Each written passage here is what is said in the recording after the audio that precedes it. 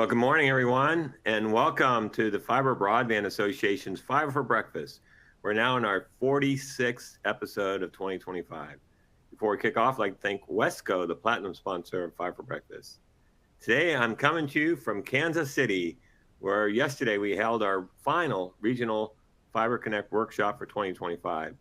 Senator Roger Marshall shared a message to our members, thanking them for all their hard work to deploy future-proof, reliable broadband and underscoring a strong infrastructure backbone. We'd like to thank the Senator and Senator Peter Welch from Vermont for reintroducing the Reconnecting Rural America Act in the U.S. Senate last week. At the FCC, FBA will be submitting comments in response to the FCC's recent notice of inquiry, seeking public input on state and local regulatory barriers that can slow deployments of wireline telecommunications infrastructure. Comments are due on November 17th. So with yesterday's event in Kansas City behind us, our regional Fiber Connect workshops are done for the year. And our next FBA event this year will be in Palm Springs for our Premier member meeting on December 8th and 9th. So if you're a Premier member, we look forward to seeing you in Palm Springs. And today on Five for Breakfast, our guests are Dr. Adam Dewbury and Shaniqua Corley-Moore from the Center on Rural Innovation, CORI, discuss the Practitioner's Guide to Rural Digital Inclusion. Last week our guest was Joseph Lee, the Deputy Director of Broadband Development at Kansas Commerce, discussed Signals of Change, how fiber is continuing to transform Kansas. Joseph shared with us Kansas' strong progress in leveraging state and federal broadband programs to close the digital divide in Kansas. Joseph also shared with us Kansas' initiative for a carrier-neutral internet exchange point on Wichita State's campus. So if you missed last week's session, you can go to our website and watch the replay. So today on Five for Breakfast, our guest is Dr. Adam Dewbury and Shaniqua Corley-Moore from the Center on Rural Innovation, or CORI, discuss the Practitioner's Guide to Rural Digital Inclusion. Shaniqua works with a team of program managers and partners with community leaders, training providers, employers, and civic organizations to co-develop and execute workforce development strategies that enable rural workers and organizations to expand the technology workforce. She builds and manages national partnerships with training organizations and large tech employers. Prior to joining the team, Shaniqua spent 4 years at her alma mater, Winthrop University, working as the Director of Instructional Technology. Shaniqua previously spent 8+ years in K-12 public education, where her career spanned from general education teacher to STEAM coach. Shaniqua holds a bachelor and a master's from Winthrop and a ED on technology and STEAM from Walden University. Shaniqua grew up in Blythewood, South Carolina. And then Adam is a qualitative research expert on the CORI research team. From interviews to ethnographic research, his helps to flesh out the quantitative data work with nuances that can't be captured with numbers. A nearly lifelong resident of New York State's Adirondack Park, Adam has long experience living and working in deeply rural areas. Trained as an anthropologist, Adam holds a Ph.D. from Cornell University, where his research focused on rural economic development. So welcome, Shaniqua and Drew. And for audience, please type in your questions as we go. With that, I will hand things over to the CORI team. Great. Thank you, Gary. So this came about when we decided to write a piece for Digital Inclusion Week. And Shaniqua and I got together with some other team members, and we wrote a blog post that is up on the CORI website, and thought it would be great to come talk to you folks about it because it's a really important topic.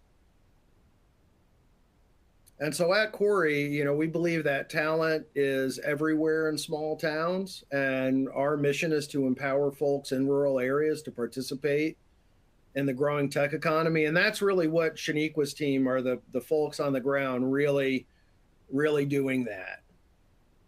You already know who we are, so we can just skip right through there. And let's start here. So why are we interested in rural digital inclusion? Well, the first thing we need to understand is that access does not equal inclusion. And what this graph shows, the rural broadband gap, the gap in accessibility has really been closing over the last decade or so, which is great. More people have broadband in rural areas, but that doesn't mean that they are able to use it, have the digital skills needed to really effectively exploit it. So this is why digital inclusion is really kind of a necessary part of this. It's not just enough to have the connectivity. So just some numbers why it's so important. So 92% of jobs require digital skills. You need to have some kind of digital skill to get a job. And that might be email, that might be using, an inventory system. So it's really a critical part of today's workforce. And workers who have at least one digital skill can earn 23% more. So, broadband is not a luxury, it's a necessity. And so is knowing how to use it effectively. And I'll pass it to Shaniqua to talk about this. Yes. So when we think about broadband deployment and how it's accelerating, but access, as Adam mentioned earlier, access alone does not equal inclusion. The real question is, once we connect people, what happens next? And so digital inclusion is all about helping people use that connection in order to learn, work, start businesses, have access to healthcare, participate in a digital economy. And rural residents remain nearly twice as likely as non-rural peers to lack that access to a computer or to a tablet. That's not just a technology issue, it's also an economic one. And with AI advancing rapidly, digital inclusion is also evolving. We're not only talking about connecting people to broadband anymore, we're helping them develop the digital and AI literacy in order to participate in the next generation of workforce. And this is where rural America must see itself not only as the users, but the creators of it, shaping how innovation serves local needs and their opportunities.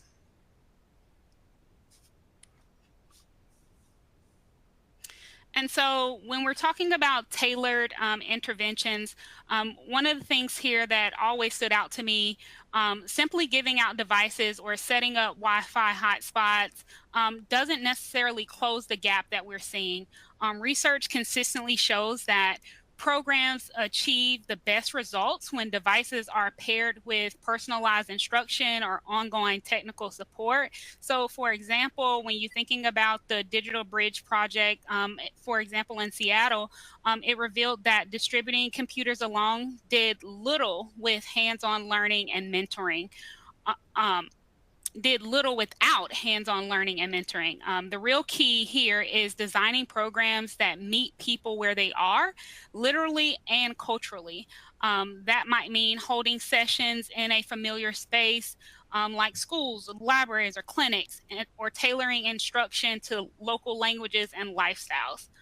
We've learned that one size does not fit all, especially when focusing on rural America. Each community has its own rhythms, challenges, and strengths. So tailored interventions must be utilized in order to build that trust and relevance.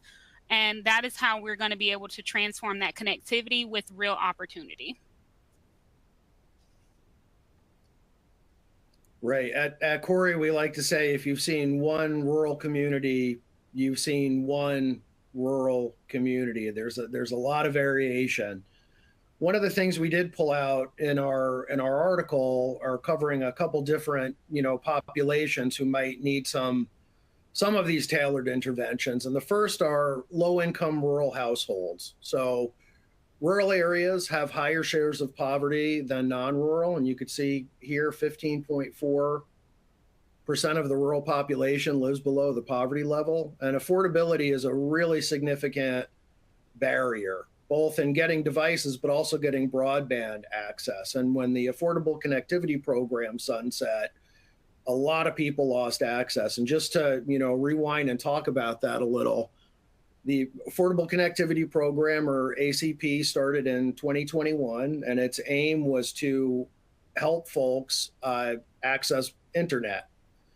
And before joining the ACP, 68% of households had inconsistent connectivity or zero connectivity. So this was a real game changer. In persistent poverty counties, participation rates in the ACP climbed from 31.9% to 54.2% in just 2 years. So this is a program that a lot of people were taking advantage of. And it's really, that connectivity is really important, not just, you can't really participate in social and civic life without broadband internet. And then there's also an economic benefit to it. So Shaniqua, if you want to talk about some of these best practices to engage low-income households. Yeah, I think you said it. When we bridge that affordability gap by creating and expanding those local subsidy programs, I think that's where we see a lot of the support and supporting that municipal and cooperative broadband models that keep prices competitive long term. But financial help alone isn't enough. Studies have shown that with education and support, subsidized broadband has limited impact. And so when all of these wraparound supports are in place, digital inclusion becomes a force for economic mobility. So as rural workers gain the digital skills that are needed in order to expand their employability, earning potential create a cycle of local growth and stability.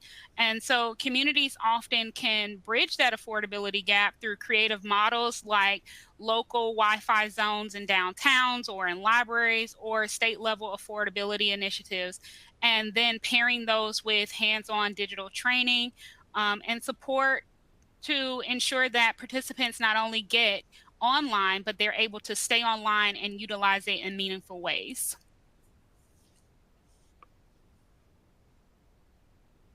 Right. And then, another significant rural population are older adults. Those of us who live in rural communities, we hear all the time about how we've got shrinking and aging populations. So 20.3% of the population, rural population, are people that are 65 plus years of age, compared to only about 16.5% for non-rural areas. And 35% of rural adults over 65 have never used a computer.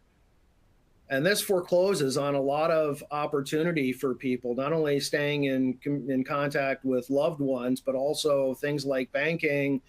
And the health and telehealth barriers are really significant. One issue in rural areas for a lot of people, especially older people, is transportation. There's not robust public transportation. So being able to hop on a computer and have a telehealth appointment can be really important. But if you don't have the digital skills to be able to do that, you're not going to be able to take advantage of that. So definitely older folks, really important population to engage with this. And Adam, yes, and some of that research that we were able to put together is that it shows that older individuals 65 and up, they're going to face the barriers when it comes to digital inclusion, from limited broadband to discomfort with technology. But when the programs meet with the older adults, where they meet them where they are, we see real gains in confidence, connection, along with quality of life. A lot of the seniors are most likely to trust local in-person digital navigators. For example, in North Carolina, one of their models were embedding navigators into their health programs in order to show how support in trusted spaces like in the library or in clinics helps the older adults not only get online but stay online. And then personalized and hands-on training is another key program here, such as DigAge, where they focus on simple and practical uses like video calls or online bill paying in order to help these participants build the confidence that they need step by step. And then last but not least, when you think of the digital skills that are integrated with health and social services, the engagement increases. Telehealth in particular, as you mentioned, Adam, has definitely transformed, and access can therefore transform for those living far from hospitals, especially in rural communities, or being so far away from specialists. Intergenerational partnerships and mentorship also works well by pairing youth with seniors for shared learning and strengths, um, for them to all be able to work together with programs like Senior Planet and things of that nature. And then finally, adaptive technologies. This can go for your senior citizens, but this can also go for individuals with disabilities. That adaptive technology, such as screen readers, speech to text, simplified interfaces, it all helps with keeping them connected and independent. And while all of these strategies can come together to help them remain online and active and engaged. Right. And all those benefits can also accrue to rural veterans. So 6% of the rural population are veterans compared to 4.8 for urban areas. And rural veterans tend to be older. They face a bunch of different challenges like the geographic isolation. Disability rates are higher among rural veterans. So telehealth is really important there too. One interesting thing that came out when we were doing other research on entrepreneurship is that rural veterans are twice as likely to be self-employed as veterans in non-rural places and non-veterans. And one thing we know is that digital literacy and connectivity is really critical for entrepreneurs and new business owners. You've got to have it. And one thing that bears mentioning too is that a lot of younger veterans leave service with a lot of advanced technical training and skills and some of them need help figuring out how to translate those skills into the civilian world. Literacy programs and other forms of digital inclusion can help with. Yeah, and so some of the best practices here for veterans, we know research has shown that veterans are also one of the most underutilized assets in rural America. Many leave the service with advanced technical or leadership skills. And the issue isn't just skill here, it's also translation. So programs like the VA's Digital Divide Consult or the GRECC Connect have shown that success by working through trusted institutions to provide device training, telehealth support are all ways that individuals can begin to stand out when it comes to integrating technology or having that connectivity. Another standout model here is the Hire Our Heroes, which is it's a partnership with the Department of Homeland Security, where they offer free cybersecurity for veterans, connecting them to high demand careers that can be done remotely. And when digital inclusion is framed around veteran strengths and leadership, we begin to unlock a powerful rural workforce pipeline there that drives both personal and community resilience here. Right. Rural women, another group. And one of the big barriers here is childcare.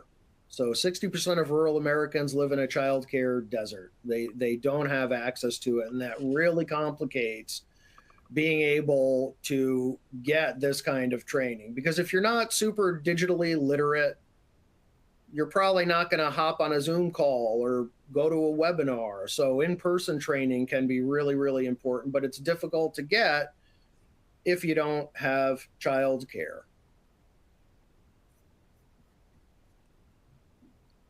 Yeah, and so some of the most effective programs that we've seen for rural women often provide childcare support, an opportunity for flexible schedules, whether that is a hybrid program or a program that is completely asynchronous, inclusive learning spaces.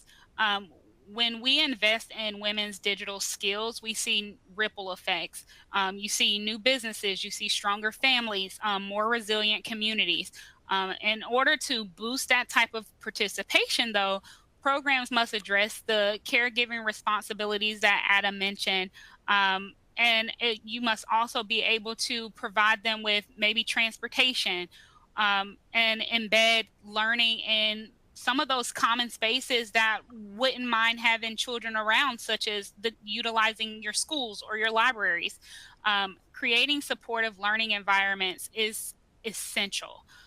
Women-led or peer-based training also helps with building confidence, so a woman doesn't feel like they're in it alone. It encourages long-time engagement. Some flexible or family-friendly models that I mentioned earlier, such as having evening classes or self-paced options, it allows the woman to not only balance what they're learning, but it also allows them to balance their family and education.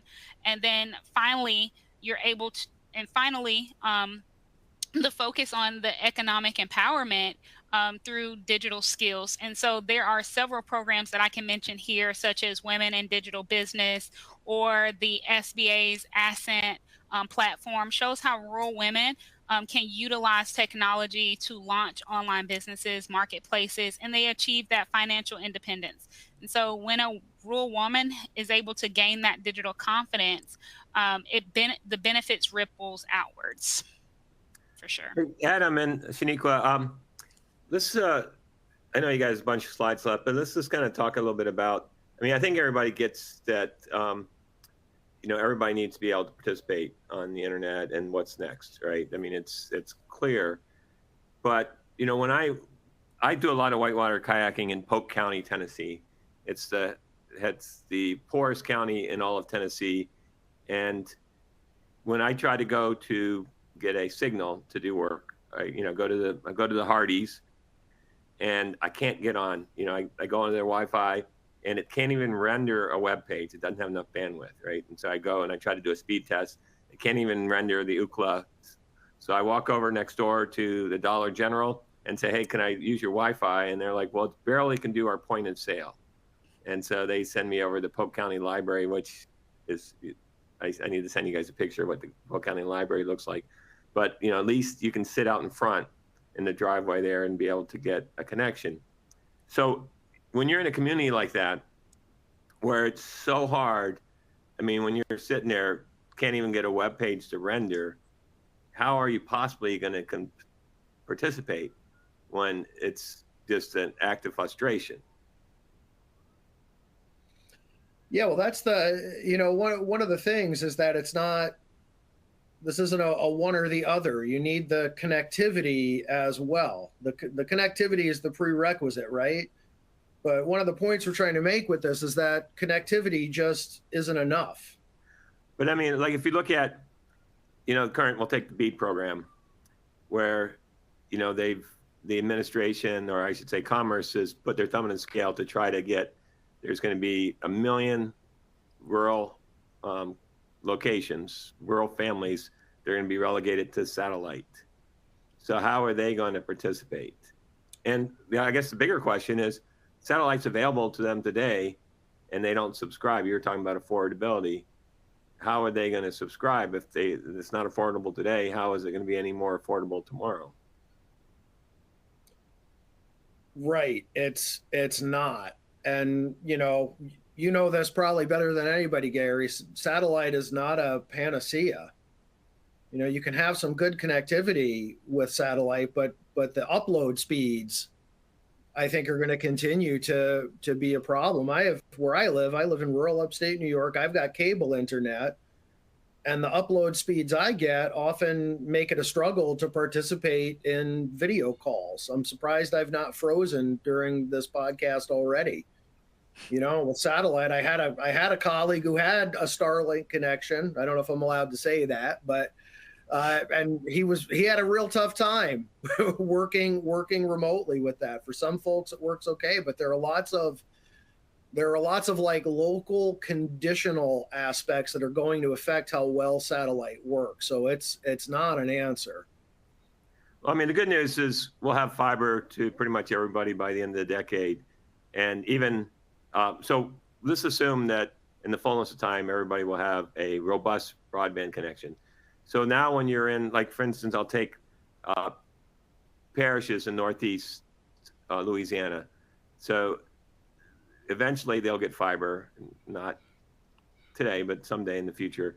and they've gone their entire, generations have gone without any kind of connectivity. So how does a provider, so in the past, we looked at the non-deployment funds from BEAD as a source for broadband offices to be able to put programs in place. So that doesn't appear like that's going to happen. So what is the mechanism? Once you have a robust connection, how do we get people to become digital natives? Well, Shaniqua, I was hoping you were going to jump in with that, but I think it's people like Shaniqua and her team. It's going to need folks on the ground in those communities, engaging people directly. Yeah, and I think to add to that, I think we have to get the providers to also invest in not only the fiber on the ground, but they have to invest in education and engagement and ecosystem building in order for these individuals to become those digital natives where they're able to integrate these daily tools into their daily lives. I mean, offering digital literacy training, hands-on learning hubs. There's one community in particular that is literally speaking and coming to mind, and that was in Selma, Alabama, where they literally brought out their mobile bus into particular parts in their community in order for parts of their community to actually have hotspot services.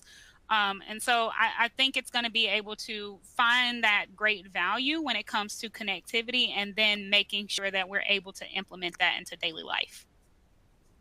Just speaking of that, when I was doing some of these leadership programs in Alabama, we spent time with the homeless communities, and I was surprised, but nearly every homeless person had a cell phone. They would have to find some place to charge it, and they would go use their Wi-Fi at the library or somewhere. But is there, the programs differ between whether they're using a mobile device or fixed device, and then how would you help them kind of bridge between the two? Yeah, I think for the programs that we roll out, they can definitely utilize a mobile device. For the training that we offer, we do some with their local community colleges and their libraries to try to partner, reminding them that a lot of them can be the people that are on the ground while we are technically a remote organization coming in and helping. We do a lot of train the trainer when it comes to digital literacy.